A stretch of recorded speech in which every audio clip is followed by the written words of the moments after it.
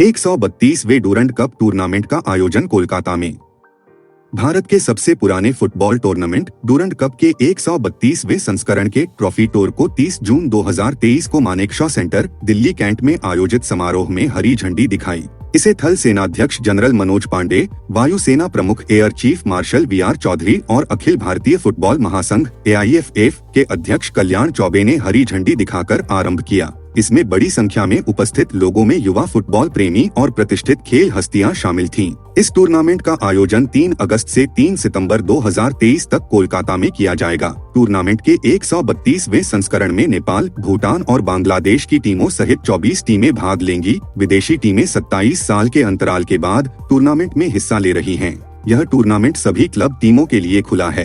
Akhil Bharatiya football महासंघ AIFF के तत्वावधान में Durand football tournament society DFTS द्वारा आयोजित किया जाता है। मूलतः टूर्नामेंट हमेशा खेल के क्षेत्र में उत्कृष्टता, खेल कौशल और प्रतिस्पर्धात्मकता के उच्च बिंदु का प्रतीक रहा है।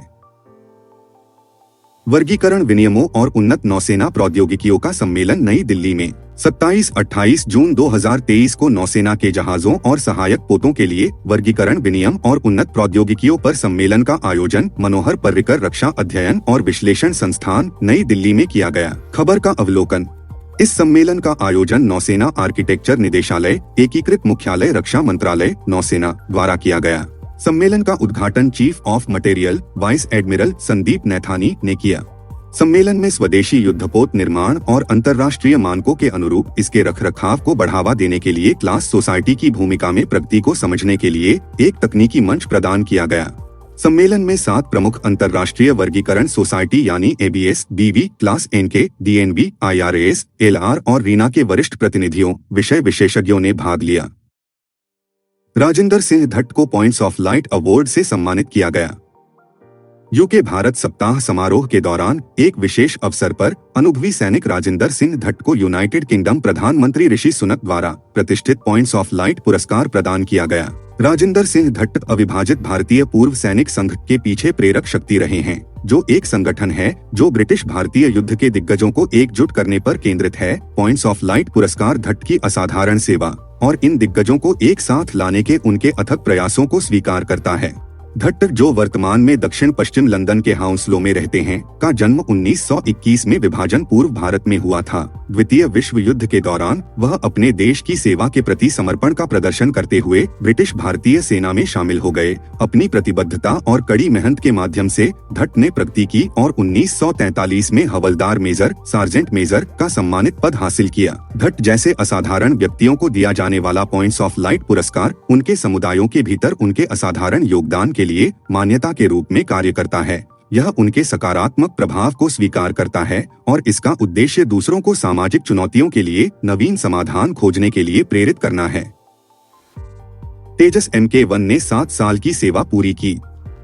भारत के स्वदेशी रूप से विकसित लड़ाकू विमान तेजस MK-1 ने भारतीय वायुसेना IAF के साथ 7 साल की सेवा पूरी करके एक महत्वपूर्ण उपलब्धि हासिल की है। 2016 में शामिल होने के बाद से तेजस MK-1 ने विभिन्न अभियानों में अपनी क्षमताओं का प्रदर्शन किया है, जो विमानन उद्योग में भारत की शक्ति को दर्शाता है। तेजस कार्यक्रम की शुरुआत 1980 के दशक की शुरुआत में MiG-21 लड़ाकू विमानों की जगह लेने के उद्देश्य से की गई थी। वर्षों के अनुसंधान और विकास का समापन जनवरी 2001 में हुआ, जब तेजस के पहले प्रोटोटाइप ने अपनी पहली उड़ान भरी। 2016 में भारतीय वायुसेना ने आधिकारिक तौर पर तेजस MK-1 को शामिल किया, जिसमें नंबर 45 स्क्वाड्रन फ्लाइंग डैगर्स इस स्वदेशी लड़ाकू विमान को संचालित करने वाला पहला स्क्वाड्रन बन गया। तब से तेजस MK-1 देश की रक्षा जरूरतों को अथक रूप से पूरा कर रहा है और 4000 घंटे से अधिक की घटना मुक्त उड़ान भर चुका है। तेजस MK-1 में क्षमताओं की एक प्रभावशाली श्रृंखला है, जो इसे एक बहुमुखी बहुउद्देशीय विमान बनाती है। यह वायु रक्षा, खुफिया जानकारी, निगरानी और टोही, हवाई अंतर्विरोध के साथ साथ समुद्री हमले और टोही मिशनों में उत्कृष्टता प्राप्त करता है। यह बहुमुखी प्रतिभा भारत के हवाई क्षेत्र की सुरक्षा और रणनीतिक सहायता प्रदान करने में इसकी प्रभावशीलता सुनिश्चित करती है। अहमदाबाद में अक्षर रिवर क्रूज का उद्घाटन किया गया। गुजरात के जीवंत शहर अहमदाबाद ने हाल ही में अक्षर रिवर क्रूज का अनावरण किया है। अहमदाबाद नगर निगम AMC और Sabarmati river front development corporation limited द्वारा सहयोगात्मक रूप से विकसित यह उल्लेखनीय उद्यम भारत की मेक इन इंडिया पहल के प्रमाण के रूप में खड़ा है। 15 करोड़ रुपए की लागत से निर्मित अक्षर रिवर क्रूज त्रुटिहीन शिल्प कौशल और बारीकियों पर ध्यान प्रदर्शित करता है। इस मास्टरपीस को 165 यात्रियों के आराम से बैठने के लिए डिजाइन किया गया है, जो इस यात्रा पर निकलने वाले सभी लोगों के लिए एक अविस्मरणीय अनुभव सुनिश्चित करता है। साबरमती रिवर फ्रंट के किनारे क्रूज यात्रा एक आकर्षक अनुभव प्रदान करती है, जो लगभग 1.5 घंटे तक चलती है। यात्रियों को लुभावने दृश्य, शांत वातावरण और नदी के किनारे बने वास्तुशिल्प चमत्कारों की झलक देखने को मिलती है।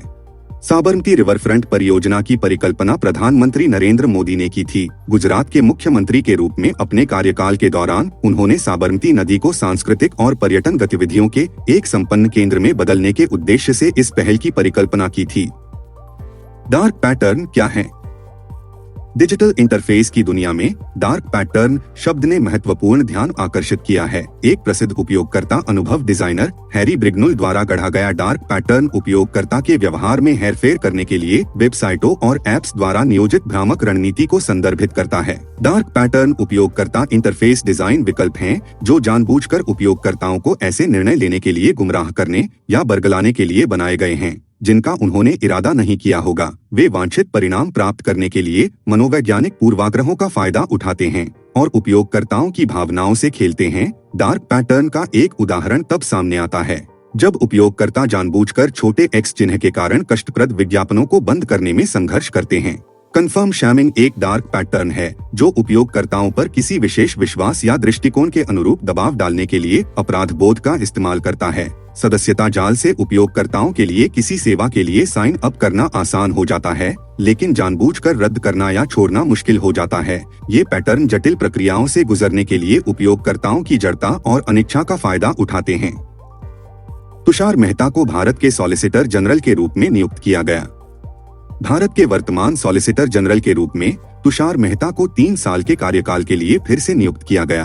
तुषार मेहता की पुनर्नियुक्ति को कैबिनेट नियुक्ति समिति ACC द्वारा मंजूरी दी गई। पुनर्नियुक्ति देश के जटिल कानूनी मामलों को संभालने में निरंतरता सुनिश्चित करती है। सॉलिसिटर जनरल के रूप में तुषार मेहता की भूमिका में कानूनी मामलों में भारत सरकार का प्रतिनिधित्व करना शामिल है। सरकार का लक्ष्य इन नियुक्तियों के माध्यम से भारत में एक मजबूत कानूनी ढांचा बनाए रखना और न्याय को कायम रखना है। भारत का सॉलिसिटर जनरल SGI के बारे में, यह भारत के अटॉर्नी जनरल के अधीन है। यह देश का दूसरा सबसे बड़ा कानून अधिकारी है और अटॉर्नी जनरल की सहायता करता है। इसको भारत के अतिरिक्त सॉलिसिटर जनरल द्वारा सहायता प्रदान की जाती है। SGI और अतिरिक्त SGI की भूमिकाएं कानून अधिकारी, सेवा की शर्तें, नियम 1972 द्वारा स्थापित की जाती हैं। सॉलिसिटर जनरल और एडिशनल सॉलिसिटर जनरल के पद अटॉर्नी जनरल की तरह वैधानिक होते हैं, संवैधानिक नहीं।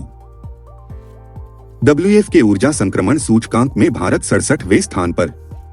28 जून को विश्व आर्थिक मंच WF ने फॉस्टरिंग इफेक्टिव एनर्जी ट्रांजिशन 2023 नाम से एक रिपोर्ट प्रकाशित किया, जिसमें ऊर्जा संक्रमण के आधार पर 120 देशों को रैंकिंग दी गई।